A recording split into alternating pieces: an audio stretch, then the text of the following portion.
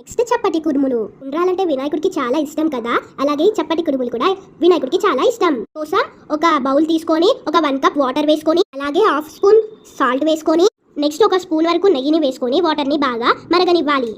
దాని తర్వాత 1 కప్ బియ్యం పిండిని వేసుకోవాలి. పిండిని ఒకసారి కలుపుకొని స్టవ్ ఆఫ్ చేసుకోవాలి. ఇప్పుడు మూత పెట్టి అలాగే 5 మినిట్స్ వదిలేయాలి. 5 మినిట్స్ తర్వాత కొంచెం చల్లారుతుంది. పిండినంతా వేరే ఒక బౌల్లోకి వేసుకోవాలి. ఇప్పుడు ఈ పిండిని బాగా స్మూత్ గా కలుపుకోవాలి. సాఫ్ట్ గా కలుపుకోవడం వల్ల కుడుములు క్రాక్స్ రాకుండా ఉంటాయి. వినాయక చవితికి తప్పకుండా వినాయకుడికి చేసి పెట్టండి. బుజ్జి గణపయ్య బొజ్జని నింపేసేయండి. పిండి కలపడం అయిపోయింది. ఇప్పుడు చిన్న చిన్న బాల్స్ లాగా చేసుకోవాలి.